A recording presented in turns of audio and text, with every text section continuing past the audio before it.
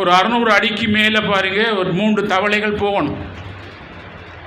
ஒரு இலக்கை நோக்கி போகிறாங்க. அங்கே போனால் நல்ல சாப்பாடு கண்டு இந்த 600 அடிக்கு போகிறப்ப 3 பேர் வெளிக்கிடக்குள்ளே பாருங்கள்.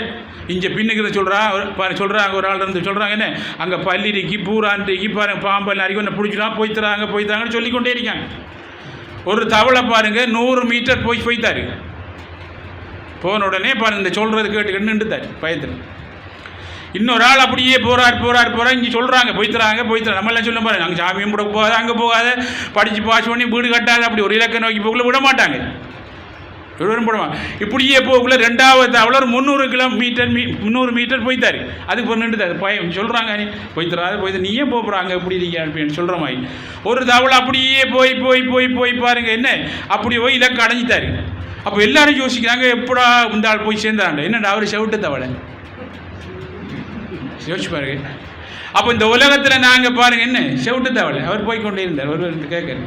அப்போ இந்த உலகத்தில் நாங்கள் வாழணும் மாட்டோம். நான் பாருங்கள் என் குருநாதர்கிட்ட போக்கில் பாருங்கள் பலதரப்பட்ட சிக்கல் பலதரப்பட்ட ஒன்றும் விட மாட்டாங்க முன்னேறிகளை விட மாட்டாங்க. நான் அந்த செவிட்டு தவளை மாதிரி போனதுனால தான் இலக்கு அடைஞ்சி செவிட்டா நான் வாழணும் என்ன ஒன்றே எடுக்கப்படும். அதுக்காக தான் சொல்கிறேன். அந்த செவிட்டு தவளை பாருங்கள் இலக்கு அடைஞ்சிட்டு எல்லாரும் போட்டாங்க என்னென்னு கேட்டாங்க. அது போக்கில் தெரியா செவிடுண்டு என்னென்னு அது செவிடு பாரு இலக்கு அடைஞ்சி ஏன்டா வரும் கேட்கப்படும். இப்போ நம்ம எல்லாம் பாருங்கள் 6 நான் சொன்னாலும் போய்த்துரும் இந்தியாவில் போய்த்துரும் போனோண்டா என்ன அங்கே பள்ளி பிடிக்காது எங்கே இருக்கும் 300 மீட்டர்லையும் எங்கேயும் இருக்கும் 100 மீட்டர்லையும் பள்ளியை பிடிச்சிருவார் அவர் மட்டும் தான் இலக்கு அடைஞ்சி. அது மாதிரி பாருங்கள் நாங்கள் இலக்கு அடையணும் செவிடுமா தான் சில நேரம் வாழும். செவிட்டு தவளை மாதிரி பாருங்கள் இருந்ததால தான் பாருங்கள் நான் என்னையும் இலக்கு அடைஞ்சோம்.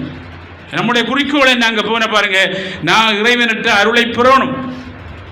ஏதோ தெரிந்தும் தெரியாமல் செய்த கர்மவினைகளிலிருந்து வேதனைப்பட்ட வச்சார். ஏன் என்னை கூப்பிடப்பா என்னை தேடு பாருங்க அருள் தாகம் அருள் பசி கொண்டு ஆண்டவனை பாருங்க தேடும் போது ஆண்டவனை வருவார். மாணிக்க வாசகம் இல்லாட்டி பாருங்க ஒரு தகுந்த குருவை அனுப்பி வச்சே நாங்கள் படைச்சவன் என்னண்டா படைச்சவனை நாங்கள் தேடும் போது படைச்சவன் ஏதோ ஒரு ரூபத்தில் வந்து படைக்கப்பட்ட பொருளுக்குள்ளே பாருங்க அழுக்குகளை இல்லாமாக்குவார்.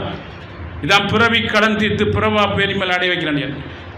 என்னுடைய குருநாதர் பாருங்க பிறவி கடன் என்னுடைய கடனை அகற்றி பிறவா பேரிமல் அடைய வச்சு உன்னை அண்டி வரும் பக்தர்களுக்கு பாருங்க பிறவி கடனை அடைக்க வச்சு பிறவா பேரிமைப்பு நிலை அடைய வை அப்படின்னு சொல்லி என் குருநாதர்கிட்ட கட்டளை இந்த கலியுகத்தில் 22 வருஷமா ஒரே டைமுக்கு நடத்துறா. என்னையும் இலக்கு அடைஞ்சா தான் நடத்தலாம். செவிட்டு தவளமாய் போனதுனால தான் இலக்கு அடைஞ்சம்.